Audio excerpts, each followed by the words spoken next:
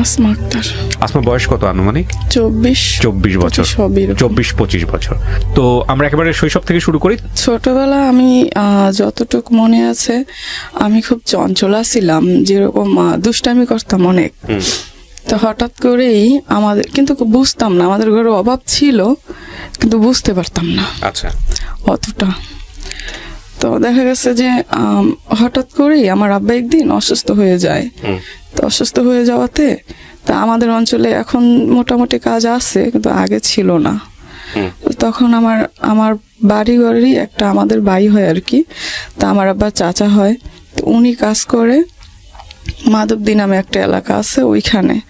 তো ওইখানে কাজ করে দেখা তো একদিন আমাদের ঘরে খুবই অভাব টাননা লেগে যায়।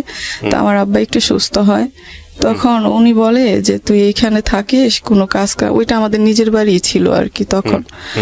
তো বলে তাহলে তুই আমার সাথে চল, আমি গাজা লাগাই দিব, সপ্তাহে 1000-1200 টাকা পাবি।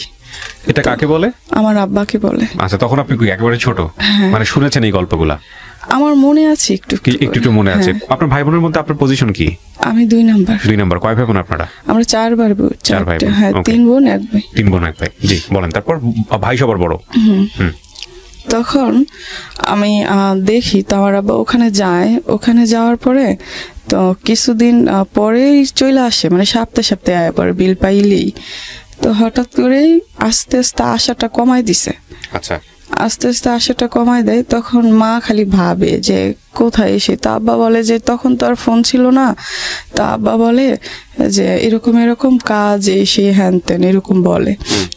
তো মাও বিশ্বাস করে নাই। তো আগের মতন আর আব্বা আমাকে অনেকটা পছন্দ করতো মেয়ে হিসাবে, কিন্তু পরের থেকে অতটা বেশি টান নাই।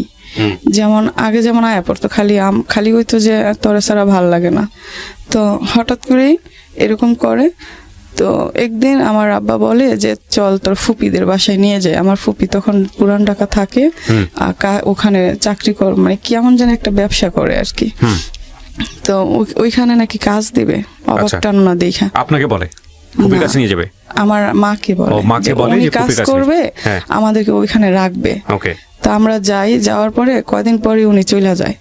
মানে ওই জায়গাটাই চলে যায় আমার ওনার বোনের বাসায় দিয়া। আচ্ছা। তো আমার ফুপি 1 সপ্তাহ রাখে, তারপর আমার ফুপি আর রাখতে চায় না। তা আমরা আসবো বা কি ব্যাপার ট্যাপার বুঝে না আমার মা।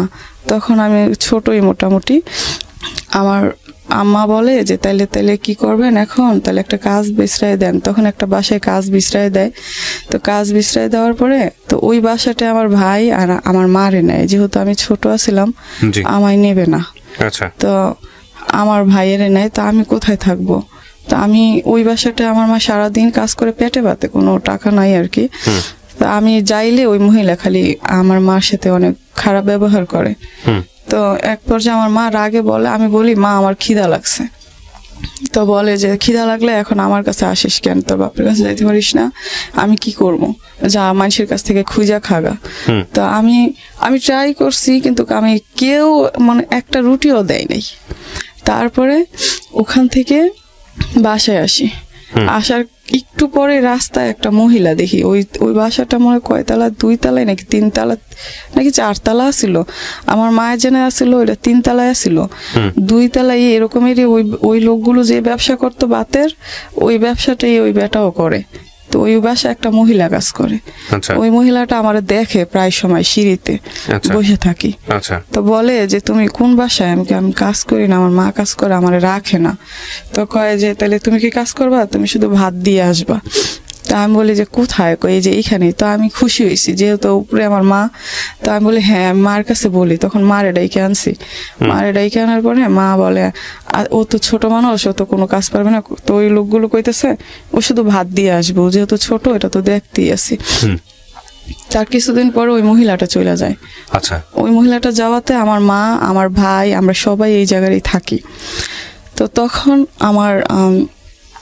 আমরা ওই জায়গায় থাকি পেটে পাতে। আর কয় মাস আসছিলাম ওইটা মনে নাই। আচ্ছা। কয় মাস আসছিলাম জানি। তারপরে আমগরে পাঠায় দেয় ওই জায়গায়। আমার আব্বা আসা যাতায়াত করে। তো যাতায়াত করাতে মনে হয় ওইখান থেকে, আমার মনে হয় আর কি, ওইখান থেকে হয়তো বা আমার বোনটা হয়।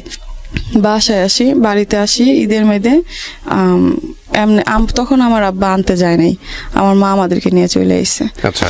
তো বাড়ি এসে শুনি মা কানাখুশি আমার মা শোনে যে আমার আব্বা ওখানে বিয়ে করছে। তারপরে আমার এই বোনটা হয়ে যায়। তো এই বোনটা হওয়ার পরে মানে এই বোনটা হয়ে যায় মানে কি আপনার মায়ের পেটই হয়? হ্যাঁ। আচ্ছা। তারপরে তার কিছুদিন পরে 1-1.5 বছরের মাথায় আবার আমার ওই বোনটা হয়ে যায়। ওই বোন বলতে একদম সবশেষে যে? হ্যাঁ। তখন একদম টোটালি শোনাশুনি হয়ে যায় যে আমার আব্বা অন্য জায়গায় বিয়ে করছে। আচ্ছা। তো শোনাশুনি হয়ে যাওয়ার পরে আমার আব্বা বাড়িতে নিয়ে আসে। বাড়িতে কি মানে আপনার দ্বিতীয় মাকে নিয়ে আসে, সৎ মাকে নিয়ে আসে? আমার আব্বা 2-3 মাস আমার এই মাকে নিয়ে আনে নাই, সৎ মারে। তো একটা মহিলা ছিল, উনি খুব ঝগড়াইটা ছিল, বয়স্কর। ওনার ঘরে কাউকে যাইতে দিত না। তো আমার মারে যখন আমার আব্বা খেদাই দেয়, তখন মনে করেন ওই মহিলা এত আকুতি মিনতি করছে আমার আব্বার কাছে যে 4টা ছেলে মেয়ে ছোট ছোট, তুই এরকম করিস না, ওর শুধু ভাত কাপড় দিয়ে রাখিস, তোকে আমার আব্বা রাখবে না। মানে আপনার মাকে রাখবে না? আমার আব্বার আমার মারে তো খেদাই দিছে, আমার নানিকে বাড়ি গেছে। আচ্ছা। তো আমার নানিদের বাড়িতে আবার আমার ভাই আমার বোন ছোটটারে রাখতো, আমারে আর আমার এই বোনটারে রাখতো না। তো আমি আর আমার এই বোনটা আমার দাদির কাছে থাকতাম। আমার চাচা তখন বিয়ে করে নাই, ছোটটা। তো থাকতাম। তারপরে দাদি খাইলে এটা ওটা বলতো, ছোটবেলা খিদা লাগতো বেশি বেশি, কিন্তু আলু টোকায় আনতাম, এটা টোকায় আনতাম, তারপরে করতাম। বাড়িতে আমার আব্বা একদিন আসে অনেকদিন পরে। তো আসার পর আমরা মনে করেন আমাদের ঘরে কোনো জিনিসপত্র ছিল না, আমরা মাটিতে ঘুমাইতাম একটা সালা বিছাইয়া। তো আমার মা বলে বাড়িতে ডাম আসছে। তো ডাম আসাতেই আমার মা ভাবতেছে যে একটা ডাম কিন্তু ছোট যে চালটা রাখে আর কি, একটা ডাম তেলে রাখি, যেহেতু আব্বা বাসায় গেছে সেই জন্য আর কি, যে টাকা তেলে আব্বাই দিব। তো আমার মা বলে মার কাছে 150 টাকা দিয়ে আমার আব্বা চলে যাইতেছে, মানে যেদিন আইছে তার পরের দিন, আর 5 কেজি চাল কিনা দিয়া। তো আমার মা বলে যে একটা ডাম আসছে, তো পোলাপাইন ছোট, চাল টাল নিয়ে যায়, তো একটা ডাম কিনা দাও। আব্বা বলছে যে তোর কাছে টাকা থাকলে তুই কিনা নে। তখন আমার মা কি করলো যে তাহলে কি কিনবো, হ্যাঁ কিন। তা আমার মা একটা ডাম কিনছে 100 টাকা দিয়া। আচ্ছা। তো কেনার পরে আমার আব্বা রাগ হয়ে যায়, তখন রাগ হয়ে আমার মারে টাকা না দিয়ে চলে যায়। তো ওই 5 কেজি চাউল দিয়া আর 50 টাকা দিয়া আমাদের খুব কষ্ট হইতো। তারপরে আমার মা দেখতাম খালি কান্না করে। তো আমি আর আমার ভাই মা ভক্ত ছিলাম প্রচুর। তা আমার মাকে বলতেছি, মা বলতেছে যে চাল ডাল নাও একটু খুইজা মাইজা খাওয়া যায়, কিন্তু আমরা লাড়কি কোত্থেকে আনবো, মরিচ কোত্থেকে আনবো, এরকম চিন্তা করতেছে। তা আমার আব্বা তো 1 সপ্তাহ গেল, 15 দিন গেল, 2 সপ্তাহের উপরে, 1 মাসও 15 হয়ে গেছে, আসে না। তো মা খালি বলতেছে এতদিন হয়ে গেছে তোর আব্বা আসে না, ফোন দিলে পায় না, এটা ওটা খবর পাঠায়, খবর নাই, এই সেই কোনো করে না। তারপরে আমরা আমরা চকের থেকে কাঁচামরিচ এনে দিতাম, মারে সিদ্ধ করে দিত। তারপরে টমেটো এনে দিতাম, সেটা সিদ্ধ করে দিত। লাড়কি টোকাইতাম, সারাদিন চকেই থাকতাম। তো এরকম করে টমেটো আনতাম, আলু আনতাম, পেঁয়াজ আনতাম, আইনা তারপরে মারে দিতাম। তো ওগুলো দিয়ে তারপরও ভালো আছিলাম আর কি, মার কাছে আসতে পারতাম সারাদিন শেষে। তো হঠাৎ করেই আমার মারে আব্বা সৎমারে নিয়ে আসে, সৎমারে নিয়ে আসার পরে মারে খেদাই দেয়। তো নানিদের বাড়িতে আমগরে রাখে না, শুধু আমার ভাইয়েরে আমার মারে রাখে আর আমার ছোট বোনটারে রাখে। তো ওখানে মনে হয় অনেকদিন থাকে, 6-7 মাস কি 1 বছর, তো মনে নেই আমার। তো ওখানে থাকার পরে তো ওইখানে আমার যাইতে পারতাম, দেখা গেছে যাইলে থাকতে পারতাম না। যেমন আমার খালা, আমার মামারা খুব রাগ করতো যে অনেক মানুষ এমনিতেই এটা ওটা, মারে অনেক কথা বলতো। তো সেই জন্য আমার মা খুব কান্নাকাটি করতো যে এখানে আসিস না, এটা ওটা। তো একদিন আমার আব্বা হঠাৎ করে, আমার সৎমা 3 মাস হয়েছে আসে না। তো 3 মাস হয়েছে আসে না, সবাই খুশি হয়েছে, বাড়িঘরের মানুষও, যে তাইলে মনে হয় এগো কপালটা একটু শান্তি হইব। তো মনে হয় ওটা ইচ্ছা করে মনে হয় আসে না। তো আমার আব্বা আমাদের কাছে বলে যে চল তোর মারে নিয়ে আসি গা। তা আমরাও খুব খুশি হই যে যাক অনেকদিন পরে মারে একটু পামু। তারপরে আমার নানার কাছে যায়, নানা বলে যে তাইলে তোমার ওই বউ কি করবা, ওইটারে ডিভোর্স দিয়ে দেবো। তো নানা বলে যে তাইলে তুমি ডিভোর্স দিয়ে দিলে তো ডিভোর্স পেপার পাঠাও, তারপরে আমার মাইয়ারে দেই। কয় না আগে দেন, তারপরে ডিভোর্স পেপার পাঠাচ্ছি। তা আমার মাও ভাবলো যে হয়তো বা ঠিকই, আর এখানেও তো কষ্টই আছি, ওইখানেও তো আমার মা পোলা প্যান্ডেরে নিয়ে একটু থাকতে পারবো, এই চিন্তা করে আমার মা অনেক বলার পরে আমার আব্বা, তা আমার মা আসে। আমার মা আসে, তো ওই দিন আমরাই নিয়ে আসি, আমার আব্বা নিয়ে আসে না। তো আমরাই নিয়ে আসি, খুব খুশি হই, সারাদিন খুব খুশি। এই যে মারে পাইছি, এনে যে কই, অনে যে কই, আরে কই, ওরে কই, যে মা আইছে, মা আইছে। তো কইতেছি, তো মানুষও তো দেখছে যে এতটা দিন খুব কষ্টে ছিলাম, মানুষও খুব খুশি হয়েছে। হঠাৎ করেই আমার আব্বা বাজার করছে ওই দিন হালকা পাতলা, আমাদের ওদিকে সপ্তাহে টাকা পাইতো তো আগে। তো বাজার করছে হঠাৎ করে বাজার করার পরে আমার আব্বা বাজার করছে, আমার মা রান্না করতেছে। আমি আমার ছোট বোনটারে কোলে লইয়া, সন্ধ্যা তখন, অন্ধকার হয়ে গেছে, এই ঘর থেকে ওই ঘরে, অন্য মানুষের ঘরে আর কি যাইতেছি। তখন চিপায় আমার সৎ মারে দেখছি, উনি আসতেছে। ওইটা দেখা ভাই আমার মানে কলিজা এমন ভাবে চিপ দিছে যে এখন তো আমার আব্বাই তাইলে আমার মার সাথে আর কথা বলবে না। তো ওইটাই হয়েছে। আমার সৎ মা আসার পরে আমার আব্বার কথা বলে না আমার মার সাথে। তো আমাদের নিজস্ব কোনো ঘর ছিল না, ওইটা আমার ছোট চাচার ঘর ছিল, আর আমার মেজো কাকার ঘর ছিল। তো হঠাৎ করে আমার যখন ওই সৎ মা আসে, তখন আমার আব্বা ওনার সাথেই কথা বলে, ওনার সাথেই খাচ্ছে, ওনার সাথেই উঠতেছে বসতেছে। তা রাত হয়েছে, রাতে খাওয়া দাওয়া শেষে আমার মা তখনও বলতেছে যে আমি তোদেরকে নিয়ে থাকতে চাই, যাতে আমি খাইতে পারলেই চলে, তখন নিয়ে কয়টা তাইলেই হয়, একটু বড় হলে তোরা কাজ কাম করেই চলতে পারবি। তখন বয়স কত আপনার? আমি জানি না, আনুমানিক। তো স্কুলে যান ওই সময়টাতে? না, স্কুলে যান না। আচ্ছা, বলেন। তারপরে দেখা গেছে রাতের বেলা আমার আম্মা বলে যে তুমি তাহলে এই ঘরে থাকো, আমি আমার মেজো চাচা, আবার আমার মেজো চাচার শ্বশুর বাড়ি থাকতো ওনার বউদেরকে নিয়ে। তো বাড়িতে ওনার ঘর ছিল, আর আমার ছোট চাচা তখন বিয়ে করে নাই, অন্য জায়গায় কাজ করে, বাড়িতে কম আসতো আর কি। তো ওই ঘরে আমরা থাকতাম। তো আমার আব্বার জায়গা আসিল, বিক্রি করে দিছে। তারপরে আমার আব্বা বলে তুই এই ঘরেই থাকবি, তুই কোথাও যাইতে পারবি না, আমরা কি করি না করি তুই দেখবি। তা আমার মা বলে যে আপনারা যেটুকু সেটাই করেন, আমি আমার ছেলে মেয়ে নিয়ে ওই ঘরে থাকি, আমি ওটা খাইতে পারলেই চলে। কিন্তু আমার আব্বা ওটা রাজি না, ওটা মানতে রাজি না। মানে সেটি ভর্তি দিবে, বাড়ি থেকে বের করে দিবে, কোনটা না, কোনো কথাই বলে না। কিন্তু আমার আব্বা কি করে না করে সেটা আমার মা দেখবে। আচ্ছা, মানে নতুন বউ নিয়ে এসে? হ্যাঁ, নতুন বউ তখন আপনাদের বাড়িতে? হ্যাঁ। আচ্ছা, তারপর ওটা দেখবে, কিন্তু আমার মা বলতেছে যে আমাদের সাথে ঘুমাবে, কিন্তু আমার আব্বা বলতেছে যে না তুই এখানেই থাক। তো আমরা ঘুমাইছি আমার দাদির সাথে, আমার মেজো চাচার ঘরে। আর আমার আব্বা, আমার মাও বলতেছে আমার দাদির সাথেই আমাদের সাথে আমার মা ঘুমাবে, কিন্তু আমার আব্বা বলতেছে না আমরা এখানে শুবো, তুই এখানে শুবি। তো আমার মা ওই দিন ছিল, ওই দিন তো আসছে মনে হয় 10টা-11টার দিক। ওই দিন ছিল, ওই দিন থাকার পরের দিন আমার আম্মা সৎমা উইঠা চলে যায়। তা আবার বাজার আমঘরে পাঠাইছে যে তোর বাজার কি করবে, এসে জিগায়। তো বল হঠাৎ করে সোমবারে, তার মানে 2 দিন পরে আর কি, যেদিন আইছে তার পরের দিন তো হঠাৎ করেই, তখন বোধহয় রোজা ছিল, মা আবার বলছিল ভোরবেলা কয়ে ভাত খাবি, এখন কি করতে খাবি, খালি ভাত, তোর আব্বা যখন বাজার করে তখন খাইস। তা আমরা বলছি আচ্ছা ঠিক আছে। তো সকালবেলা মারে দেখছি নামাজ পড়ছে, তারপরে আমঘরে কইতেছে যে মসজিদে যাইতে। তো হঠাৎ করে আমরা কই মা আজকে না কালকা যাবো। তো আচ্ছা ঠিক আছে। তো আমার ভাই আমার 2 বোন নিয়ে চলে গেছে খেলতে, আর আমায় বলছে তোর আব্বার কাছে যা, কি বাজার সদাই করবে একটু দেখ, কি বাজার টাজার করে কিনা। তা আমি আব্বার কাছে গেছি, আয়সা দেখি যে আমার মা মাথার কোনো গুরুন্ডি দিয়ে পড়ে গেছে। তো একটা মাইয়া ভাতের মার নিত আর কি, ওনাদের গরুরে খাওয়াইতে, উনি বিছান করে দিছে। তো মা শুইছে।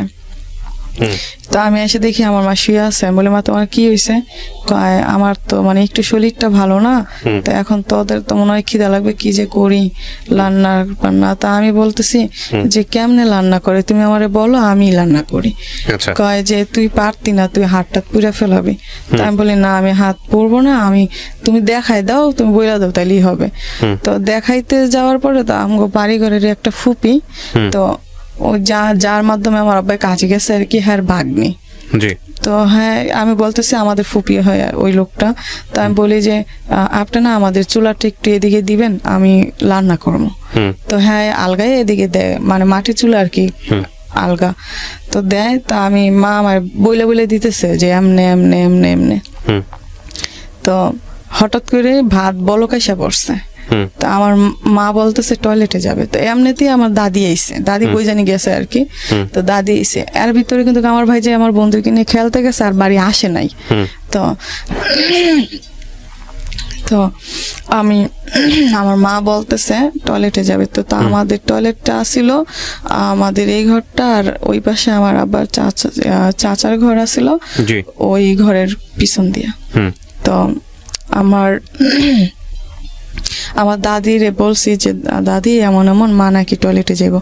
তখন ওই যে মেয়াটারে কইছি যে এদিকে চুলাটা দিতে, ওই চুলাটাই দেয়। ওই চুলাটা ওই মেয়াটারও কইছি যে তৈরা নেওয়ার কথা, তো নিয়ে যায়। তো ওই কোনায় যাওয়ার পর আমার মা বলতেছে টয়লেটে যাবে না। তো বদনাটা হয়েছে আরেকজনের। তো আমার মাকে উনি আর আমার দাদি ধরে নিতেছে, আমায় বলতেছে আমার দাদি যে বদনাটা রাইখা আয়। তো আমি রাখতে গেছি। তো আমার মা যে আমাদের ঘরের ইটা ছিল আর একটু উঁচা, তো আমার মা ভালো করে ধরতে পারে নাই, পইরা গেছে। পইরা গিয়ে এই 2 হাত ভাতে পইরা গেছে, গরম ভাতে। তো আমি পানি দিতে গেছি, আমার দাদি না করছে, পানি দিস না। তো মার হাত একদম হয়ে গেছে, সুইলা গেছে। সুইলা যাওয়াতে আমার আব্বার কাছে দৌড়াই গেছি যে আব্বা মার হাত পুড়ে গেছে, এরকম এরকম, তো ওষুধ তো লাগবে। তো আব্বা বলে আমি কোনো ওষুধ টষুধ নিতে পারবো না, তোর মা ঢং করতেছে, তোর মা ভ্যাং ধরছে, এরকম এরকম, তোর মা এরকম এরই করে এসে এখন আমার বউ হয়েছে না এটা ওটা। তা আমি 10-15 মিনিটের মতন আমি ওখানে দাঁড়ায় আসছিলাম যে আব্বা ডাক্তার। তার পর্যায়ে বলে যে যাবি নাকি জন্মের দেওয়া দিব। তা আমি দৌড়াইয়া আমার মেজো চাচা শ্বশুর বাড়ি থাকে না, ওনার উদ্দেশ্যে গেছি। আচ্ছা, ওনার উদ্দেশ্যে দৌড় দিতে যেতে উনি দেখি যে উনিও বাড়িতে আসতেছে, তখন সকাল আর কি। তো দেখি উনিও আসতেছে, বাজারে পাইছি। তো আমি কান্না করতেছি, কয় কি হয়েছে? আমি কই কাকা আমি তো আপনার কাছে যাইতেছিলাম। কয় কেন? আমি কই আমার মার তো হাত পুড়ে গেছে। তো তখন আমার চাচা কয় তোর আব্বা? আমাকে আব্বারে কইছি, কিন্তু আব্বাই কোনো ডাক্তার নেয় না। তখন আমার চাচা একটা ফার্মেসির ডাক্তার নিছে, উনি কি জানি দিয়াইছে। তো সারাদিন মোটামুটি ছিল, কিন্তু আমার আব্বাই সারাটা দিন ঝগড়া টগড়া, দুপুর টাইমে এসে ভাত পায় না, বকা টকা অনেক, এইটা ওটা, ভাইরে মারতেছে, আমায় মারতেছে। তো সন্ধ্যাবেলা আমার মার কোনো ডাক্তারের কাছে নেয় না, তখন আমার ভাই মোটামুটি অনেকটাই বুঝে। তো আমার ভাই বলতেছে যে তুই ওগর একটু দেখিস, আমি নানিদের বাড়ি যাই। আচ্ছা, তখন আমার আব্বা বলতেছে যে তুই যদি এই কোণার থেকে ওই কোণায় যাস তাহলে তোর পাও কাইটা রাইখা দেবো। তো আমার ভাই ডরে যাইতেছে না। তো আমার দাদি বলতেছে যে ঘরে একটা লুগা মানুষ কি না কি হইছে, কোয়া যায় না, মাছটা আনিস না। তো আমার সৎমা বলতেছে মাছ ছাড়া নাকি ভাত খাইতে পারবে না। তো আমার আব্বা মাছ আনছে। তার কিছুক্ষণ পরে এরকম করতেছে দেখে আমি ঘরে ঢুকছি। ঘরে ঢুকে দেখি যে আমার মা কেমন জানি করতেছে। তখন আমি দৌড় দিছি বাইরে। আমি কই বলেন, সমস্যা নেই, বলেন। আমি বুঝতে পারছি আপনার বলতে অনেক কষ্ট হচ্ছে, বাট আমাদের শ্রোতারা তো আসলে না বললে বুঝবে না কি ঘটনা ঘটেছে। বলেন। তা আমার একটা চাচা, আমার আবার চাচতো ভাই, আর যে মাইয়াটার কথা কইছি হ্যাঁ মা দৌড় দিছে। ঘরে ঢুকে দেখে আমার মা নাকি মারা গেছে। মানে কি আপনিও দেখতে পারেন নাই? শুধু আমি একটু ঢুকছি, তখন দেখ শর্মা কেমন জানি করতেছে।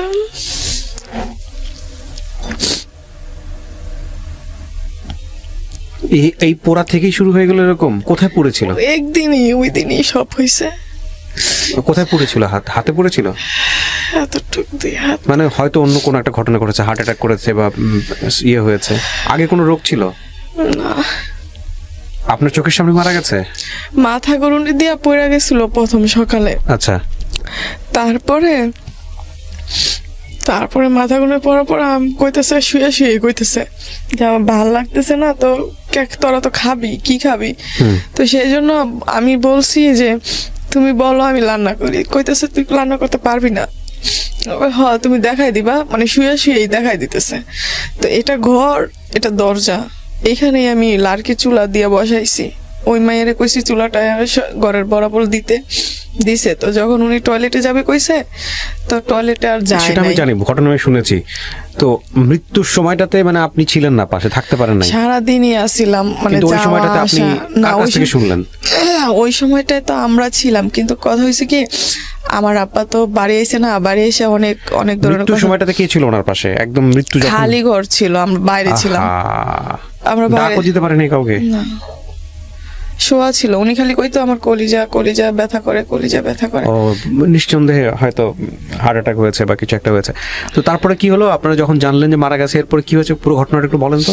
তারপরে যখন শুনছি মারা গেছে, তখন তো আমি অতটা কান্না করি নাই, তখন বুঝতে পারতাম না।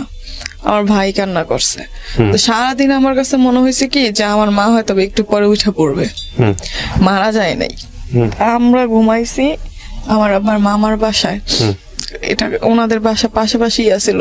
হুম তো ওই জায়গায় ঘুমাইছি দাদির সাথে। তা আমি খালি কইতেছি আমার এত কান্না করতেছেন কেন, আমার মা তো একটু পরেই উঠবে। হুম। তো সকালবেলা হয়েছে, উঠে নাই। তখন মনে হলো সত্যিই মারা গেছে। আহা, তখন বয়স কত তখন আপনার? বয়স হিসাব জানেন না? 7-8 বছর বা 7-8 9 বছর বছর হবে। এমন হইতে পারে। মানে আরো বোন দুইটা ছোট ছোট, হ্যাঁ। ওরা তো বুঝেই না কিছু। বাপ আসলো না ঘরের মধ্যে? পরে আইছে। তারপর ভাইটা কই ছিল? হ্যাঁ, ভাইটা এখানে। ওইখানেই ছিল? ওই যে ভাই কিছু বস- বলতো না বাপকে? না, ভাই আমার থেকে 3.5 বছরের বড়। ওকে, 10-12 বছর বয়স। তারপর কিছু বলতে পারে না, কারণ আব্বা কি ছিল মারতো আর কি, তাই। তারপরে মাটি দিয়ে দিছে। মাটি দেওয়ার পরে আমরা বাসায় ছিলাম ওই দিন। তার পরের দিন আমার নানিদের বাড়ি নেওয়া যায়। তারপরে ওখান থেকে আবার আমাদেরকে এইখানে দেওয়া যায়, আমার নানিরা রাখে না। তো থাকি, এই সৎ মায়ের ঘরে? হ্যাঁ থাকি। থাকার পরে আমার আমার বোন যদি বলে যে পায়খানা করবে, প্রসাব করবে, আমার সৎ মাটা আসলে বলা যাবে না। আমার বোনকে শুধু শুধু চিমটাইতো।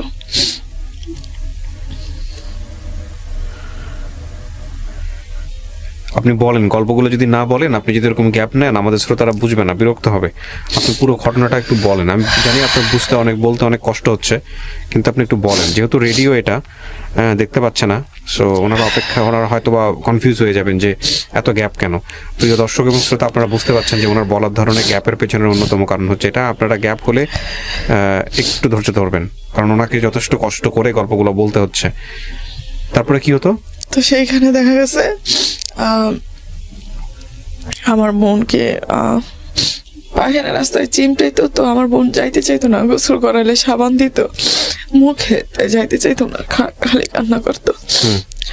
তো আমি তখন জানি না আল্লাহ কোত্থেকে বুঝ দিছে, তো আমি তার আগ পর্যন্ত কিন্তু আমার বোনদেরকে আমি কোলে নিতে চাইতাম না।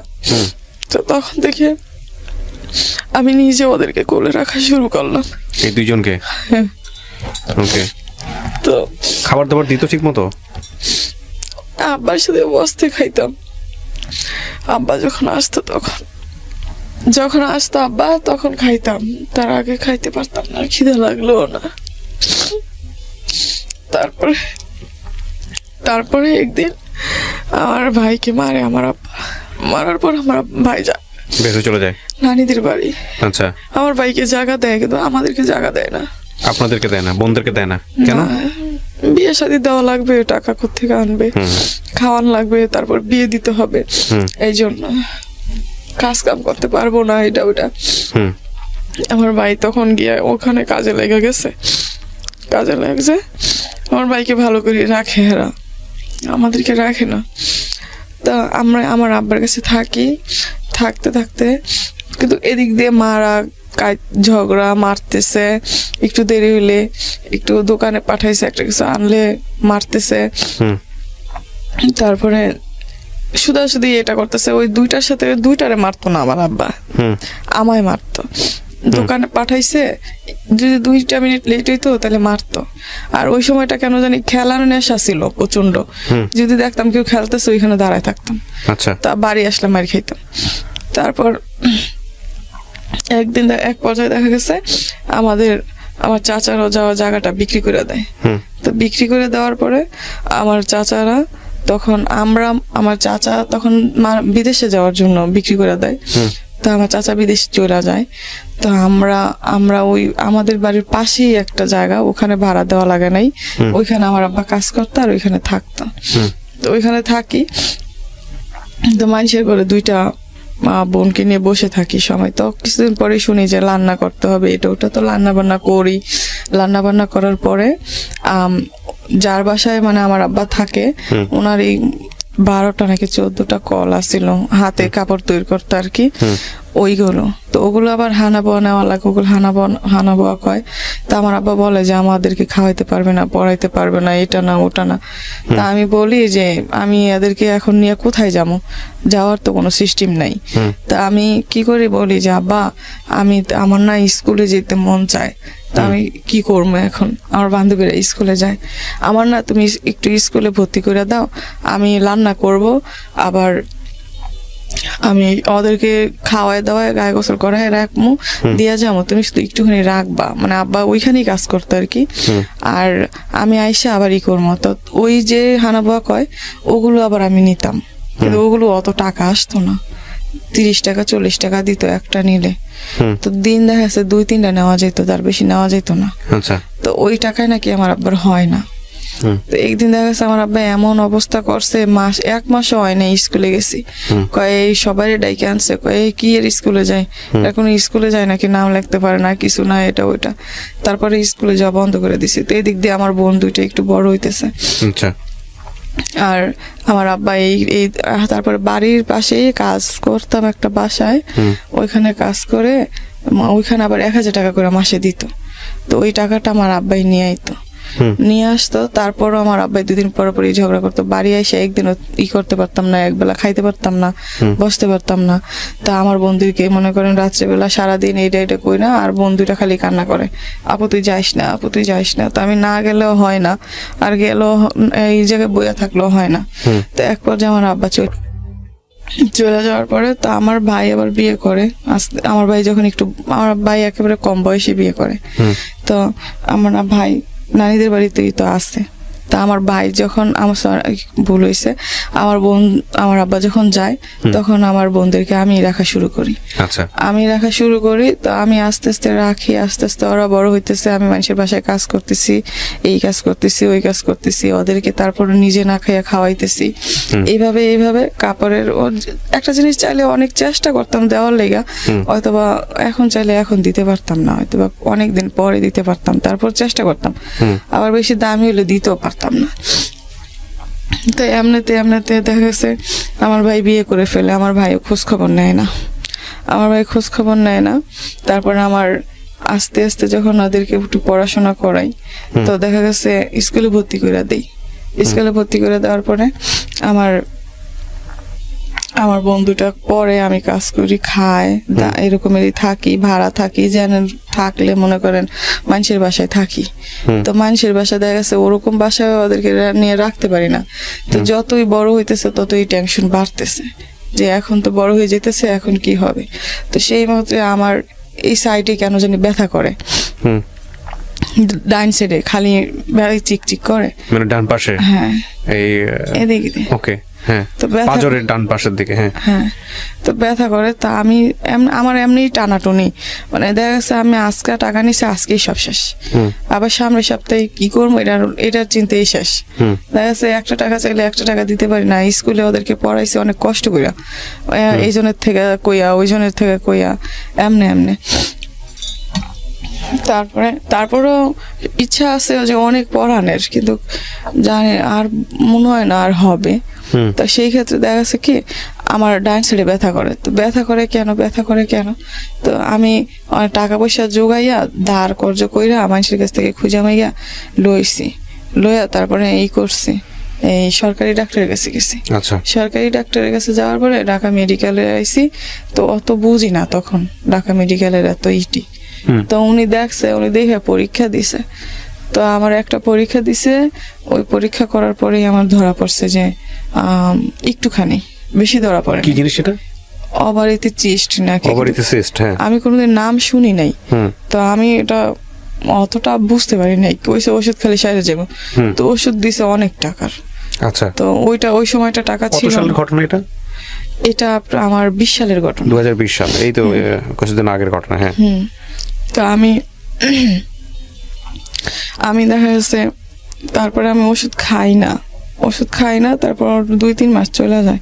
তো দেখি যে আমার শরীর আস্তে আস্তে খারাপের দিক যাইতেছে। আচ্ছা। তখন আমি আবার একটু করলাম, আবার গেছি, তখন আবারও পরীক্ষা দিছে, তখন আবার এমনি যোগায় টোগায় পরীক্ষা করছি। করার পরে দেখি যে অনেক বড় হয়ে গেছে। তখন আমি যারা আমার সাথে থাকে তাদের সাথে কইছি, আর মানুষের কাছে কইছি যে এরকম অপারেশন নাকি করা লাগবে, নাইতে আমায় নিষেধ দিছে যে ভারী পানিটা আলগাইতে পারবেন না, এই বালতি আলগাইতে পারবেন না, বেশি খাওয়ান আলগাইতে পারবেন না, বেশি জোরে হাঁটতে পারবেন না, সিঁড়ি দিয়ে করতে পারবেন না। তো আমার তো এগুলো মানলে আমার হবে না, পেটের ভাত যে উঠবে না, আমি কাজ করে খাই। তো আমি তারপরে কি করলাম, আমি এরকম করার পরে তো কয় তাহলে কেমনে কি, তা আমি ওই ডাক্তারের হাতে পায়ে দইরা আমি ওই ডাক্তারে কয় 1 লাখ টাকা ছাড়া নাকি হবে না, এটা ওইটা। তা আমি বলি দেখেন এরকম, তো এখন আমার অপারেশনটা, কয় তাহলে তোমার গার্জিয়ান কি? আমি কই আমার কোনো গার্জিয়ান তো নাই। তা আমি তারপরে আমার আব্বার সাথে আমি যোগাযোগ করার পরে আমার আব্বার কাছে বলি, তা আমার আব্বা বলে তোর সাথে যায় কি? আমি কি আমার কাছে তো কেউ নাই যে যাবে, তো আমি তো এরকম খুঁজে আমি গিয়ে না হয় লইলাম, তো তুমি 20-30 হাজার টাকার ব্যাপার, তো তুমি যদি ওইটা যদি একটুখানি ম্যানেজ করে দিতা। তো আমার আব্বা বলে না, দিবে না, কয় যে তোর অপারেশন তুই মরে গেলেও আমার কোনো কিছু আইতো যাইতো না। তারপরে আমি মনে করেন ডাক্তারের কাছে বলি যে এরকম, তো ডাক্তার বলে যে আচ্ছা ঠিক আছে, তো তুমি আসো। তারপরে আমি খুঁজা মাইগা মানুষের কাছ থেকে এমনে টাকা মিল করছি, কিন্তু মানুষের টাকা দিছে যে যত পারছে, কিন্তু কেউ যায় না হসপিটালে। আচ্ছা। কেউ নাকি আমি বলি একটু সাইনটা দিবেন, কয় না কেউ দিত না, মানে বনসই অপারেশনের জন্য, হ্যাঁ, তো কেউ দিবে না। তা আমার 2টা বোনেরই আমি নিয়ে গেছি। তারপর ডাক্তার আমার অপারেশন করছে। অপারেশন করার পরে আমি ভাবছি হয়তো বা মানুষের কাছ থেকে যে আমি নিছি, অপারেশনের পরে একটু স্বস্তি পাবো। তারপরে অপারেশন করার পরে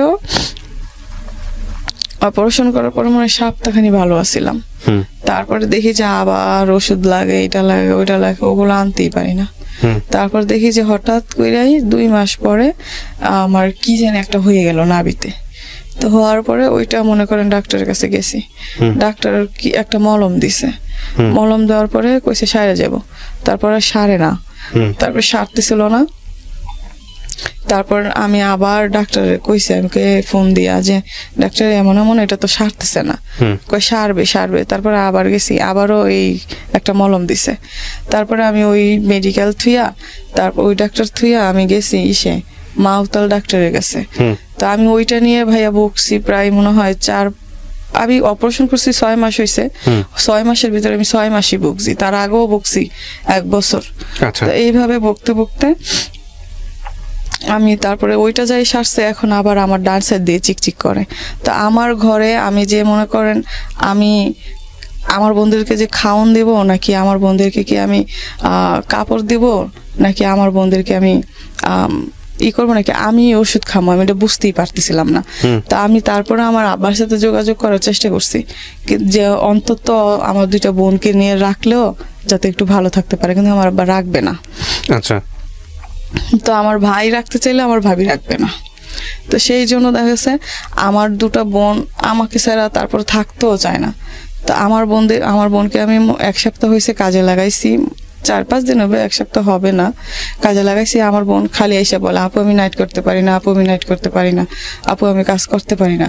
তো আমার যদি শরীরটা একটু ভালো থাকতো তাইলে দেখা গেছে আমি হয়তো এই যে আমি আবার কিছুদিন আগে একটা পরীক্ষা করছি, ওখানেও আমার সমস্যাটা দেখা দিছে, সমস্যার সমাধান হয় নাই, কি জানি একটা।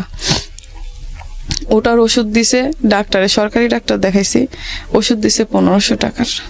তো তো এগুলো আমি খাওয়ার কোনো ক্ষমতা নাই। আমার দুটা বোনেরা দেখা গেছে দেখার কেউ নাই। আমার শুধু একটাই টেনশন যে ওরা বড় হয়ে গেছে, আমি মরল হয়তো বা শান্তি পাইতাম যদি আমার দুটা বোনের আমি একটা ব্যবস্থা করে যেতে পারতাম, কিন্তু আমার ওই ক্ষমতা নাই যে আমি আমার বোন কে বিয়ে করবে, কেউ করবে না, যে মা নাই, বাপ নাই, তারপরে ভাই নাই, আর আমার দেখে তো আর কেউ নিবে না, বাড়ি নাই, ঘর নাই, কেউ নিবে না। তো দেখা গেছে আমার দুটা বোন, দেখা গেছে আমরা 3 বোন সারাক্ষণ খালি কান্না করি যে এটা কি হইলো, এটা কি হইলো। দেখা গেছে ফুপিরা দেখে না, নানিরা দেখে না, আমার আব্বাই দেখে না, আমার ভাই দেখে না। তো আমি আসলে তারপরও কষ্ট করে আমি কাজ করে অগরে খাওয়ানোর কোনো সমস্যাই আমার নাই। আল্লাহ যদি আমার শরীরটা ভালো রাখে খাওয়াইতে পারবো মনে হয় অনেকটা। তারপরও আমি নিজের অনেকটা মনে করি যে আমি সারা দিন কষ্ট করে আমি বাসায় এসে আমার দুটো বোনেরে আমি বকে নিয়ে ঘুম পারি। ওদেরকেও অন্তত আমি হয়তো মায়ের অভাব থেকে হয়তো মা তো আর ফিরাই দিতে পারবো না, মার আদরটাও তো আর আমি আর দিতে পারবো না, কিন্তু মায়ের অভাবটা অনেকটাই কম পায় আমারে দেখা। এতটুক ওরা খালি কয় যে আপু তুই যদি না থাকতি তাহলে আমগো জানি কি হইতো, তুই যদি না থাকতি তাহলে আমগো জানি কি হইতো। ওকে এখন 12-13 বছর হয়ে গেছে, বড় হয়ে গেছে, এখনো ওদের পিছনে কেউ নাই দেখার মতন। তা আমি আসলে ভাইয়া কখন জানি কি হয় আমি নিজেও জানি না। তো আমি ভাইয়া অনেক কথা আছে আসলে। বলেন, আপনি বলেন, সমস্যা নাই। আমাদেরও অনেক প্রশ্ন আছে, আমি জানি এই প্রশ্নগুলো আমি করব। আপনার এই সবচেয়ে ছোট বোনটা, সেই ছোট বোনটাকে আপনি কাজে দিয়েছেন, আমরা যখন অনুষ্ঠানটা শুরু করছিলাম কাজে দিয়েছেন তো মাত্র কয়েকদিন যাবো। হ্যাঁ, বেশি দিন না। আর মাঝখানে যে আছে তাকে আপনি সাথে করে নিয়ে আসছেন আমাদের অফিসে। আপনার বিয়ে শাদী হয় নাই? না। হওয়ার কোনো চেষ্টা হয়েছিল কখনো? হওয়ার চেষ্টা হয়নি, কারণ কে করবে, আর আমিও চাই নাই। আমার একজন কইছিল যে হ্যাঁ আমগো পাড়ারই আমার বাড়িঘরের ভাই হয়, তো আবার বলছিল যে তুই এত কষ্ট করিস, তুই আমার সাথে বিয়ে বসবি, যদি বসিস তাহলে তোরে আমি পছন্দ করি, তুই যদি বিয়ে করিস তাহলে ভালো থাকবি, তোর বোনদেরকে তুই দেখতে দেখতে তোর বয়স বেড়ে যাবে, এটা ওটা। তাই আমি বলছি যে শোন, আমি যদি এখন আমি না থাকলে আমার বন্ধুটার কি হবে, আর আমার একটু সুখের জন্য আমার বন্ধুটারে ফালাই যাবো না, আমি চাইতাম না, আমার বিয়ের দরকার নেই, না হলে না হবে, কোনোদিন তো বিয়ে হবে না, কোনোদিন হয় না দেখা যে আমি আমার বন্ধুটা ফালাই দিয়ে যাবো। একজন মা কি কোনোদিন একটা সন্তানের কি খাওয়াবে না, সেই আশায় পালে, সেই আশায় তো পালে না। তা আমি কি আমার বন্ধুদেরকে কি সেই আশায় পালমো? এটা কোনো কথা হয়েছে? আমি বিয়ে বসার আমার কোনো দরকার নেই। আমি হয়তোবা কোনো একদিন আমি যদি যাই তাহলে আমার দুটা বোন দেখা গেছে রাস্তায় থাকা লাগবে, মেয়ে মানুষ, রাস্তাঘাট ভালো না, কেমন হয়। আপনার বাবা যাকে বিয়ে করেছেন ওখানে বাচ্চা কাচ্চা আছে ওনার? না, কোনো বাচ্চা কাচ্চা নাই। তারপরও আপনাদের দিকে দেখে না?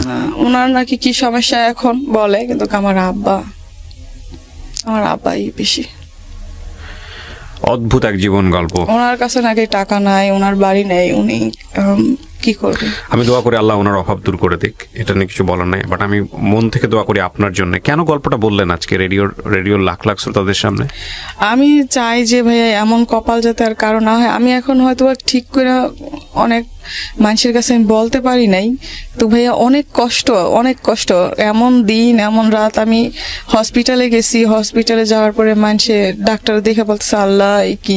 তো আমি বলছি যে কি করব, দেখেন আমার আব্বা তো নাই, আমার অপারেশন না করে দিলে আমার দুটো বোন নিয়ে তো আমি একেবারেই চলতে পারতাম না।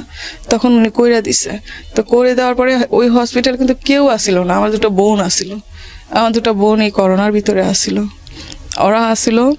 ওরা থাইকে অপারেশন করছে। তারপরে আমার আব্বার কাছে আমি বলছি, আমার হসপিটালে ভাই কেউ যায় নাই, আমি আমার ফুপিরে বলছি যায় নাই, আমি আমার চাস্তো ভাইরে বলছি যায় নাই, আমি আমার খালারে বলছি যায় নাই,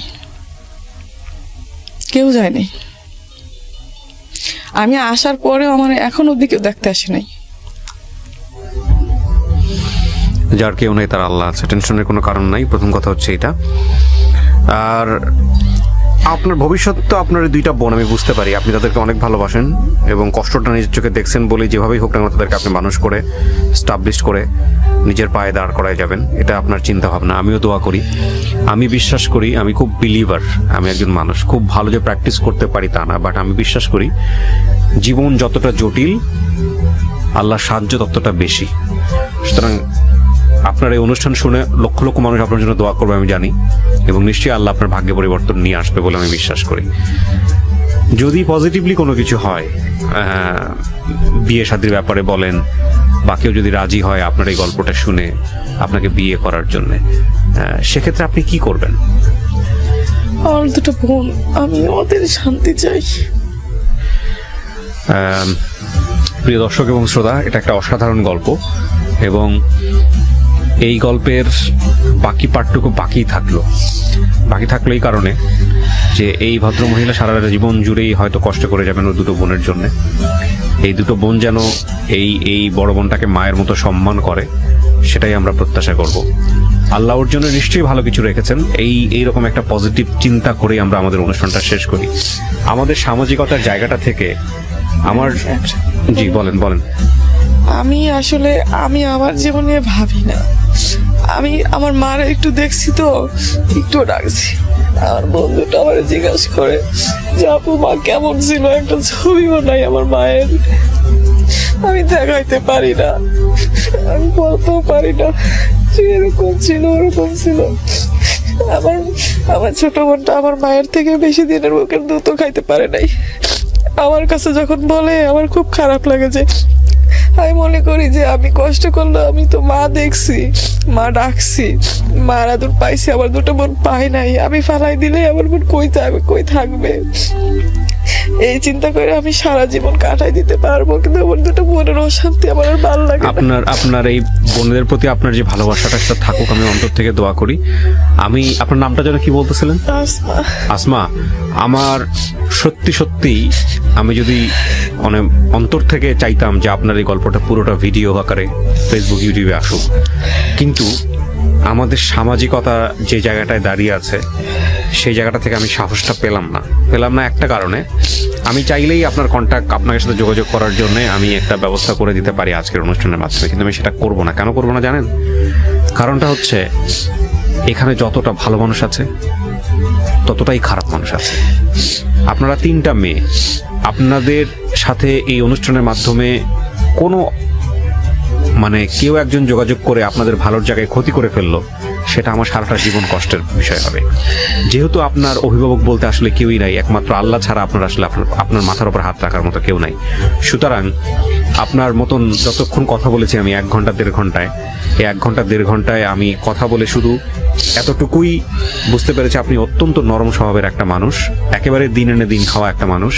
অদ্ভুত রকমের একটা গল্প এই গল্পটা, এবং ওর যদি কোনো ধরনের আপনাদের মধ্যে থেকে কেউ যোগাযোগ করে ওর যদি কোনো ক্ষতি করে বা ওর বন্ধুর যদি কোনো ক্ষতি করে, সেটা নিঃসন্দেহে সারাটা জীবন জুড়েই আমি কষ্ট পাবো। আমি সেই জায়গাটা থেকে আমি আপনার সঙ্গে পাবলিকলি যোগাযোগ করার সমস্ত রাস্তা এখানে গোপন রাখতেছি। আমি এটা চাই না। তবে আপনার গল্পটা আমি কেন প্রচার করলাম সেই জায়গাটা যদি আপনি আমাকে প্রশ্নটা করেন, তাহলে আমি গল্পটা প্রচার করেছি শুধু একটা কারণে, সেটা হলো এই গল্পটা শুনে অনেক মানুষ যারা কষ্টে আছে, যারা দুঃখে আছে, তারা তাদের নিজের কষ্টটা ভুলে যাবে, যে তাদের থেকেও অনেক বেশি কষ্টে থাকে মানুষ। আর আরেকটা বিষয় সেটা হলো যে বোন কতটা রহমত হতে পারে, বোন কতটা করতে পারে তার নিজের 2 বোনের জন্য। আপনার বড় ভাইয়ের কি সামর্থ্য নাই আপনাদের পাশে দাঁড়ানোর? না, আমার ভাইও ভাড়া থাকে, কিন্তু আমার ভাবি ভালো না। কিন্তু না থাকুক, কিন্তু অভিভাবক হিসেবে তো পাশে থাকতে পারে। একটা প্রবলেম হলে তো পাশে থাকতে পারে, কিছু না কিছু হলে তো পাশে থাকতে পারে। আমি ভাইয়া মরলে মাটির তলে যাবো, আমার ভাইয়ের কোনো টান নেই আমাদের প্রতি। প্রিয় দর্শক এবং শ্রোতা, শেষ করছি আজকের এই জীবন গল্পটা। আপনারা সবাই অনেক অনেক ভালো থাকুন। আমার আসলে এই গল্পটা প্রচার হলো, বাপ বেঁচে আছেন, ভাই বেঁচে আছেন, তাদের কারোর প্রতি কোনো অভিযোগ নাই, তাদেরও হয়তো নিজের জায়গা থেকে বলার আছে। কিন্তু যত কিছুই বলার থাকুক না কেন, 3টা বোন, একজনের বয়স 24 আর বাকি 2জনের বয়স কত? 13-12 বছর করে বয়স। এই 3টা বোনকে যখন এরকম ফ্যামিলি থাকার পরেও ফ্যামিলি লেস হতে হয় আমাদের সমাজে, এরকম অনেক আছেন, তখন তাদের জীবনের কি অবর্ণনীয় গল্প হতে পারে সেটা আপনারা নিশ্চয়ই জানেন। আপনি যে কাজ করেন সেটা সুতা কাটার কাজ, আমাকে বলতেছিলেন অনুষ্ঠান শুরু করার আগে, না?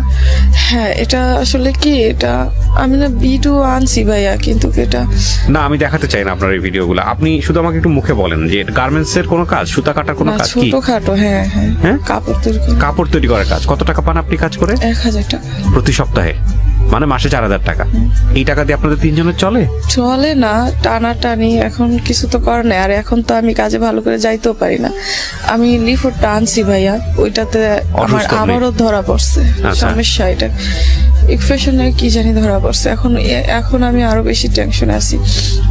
এতদিন দেখা গেছে 20-30 হাজার টাকা আমি মানুষের কাছ থেকে খুঁজা মাইয়া ধার হিসেবে অনেক ইটি করে করছি, এখন আর আমারই নাই। আমি দোয়া করি এই অনুষ্ঠানটা শোনার পরে যদি কেউ আপনার এলাকা থেকে হোক বা যদি কেউ আপনার পাশে দাঁড়ায়, সেটা নিঃসন্দেহে অনেক বড় ব্যাপার হবে। কিন্তু প্রিয় শ্রোতা এবং দর্শক, আমি আমার জায়গাটা থেকে ওদেরকে পাবলিকলি যে কন্ট্যাক্ট করার যে নাম্বারগুলো দেয়া বা ওনাদের ভিডিও ধারণ করা, সেটা আমি করলাম না একটাই কারণে। প্রিয় দর্শক এবং শ্রোতা, আমরা শেষ করছি আজকের এই জীবন গল্পটা। নিঃসন্দেহে এই জীবন আমাদের কাঙ্ক্ষিত নয়, কিন্তু এই জীবনে আমরা থাকি, এই জীবন থেকে আমরা অনেক কিছু শিখি। নিঃসন্দেহে আসমার জীবন পরিবর্তন হবে, এতটুকু পজিটিভ প্রত্যাশা নিয়ে আমরা আমাদের অনুষ্ঠানটি শেষ করতে চাই। সবাই অনেক অনেক ভালো থাকুন। আজকের মতো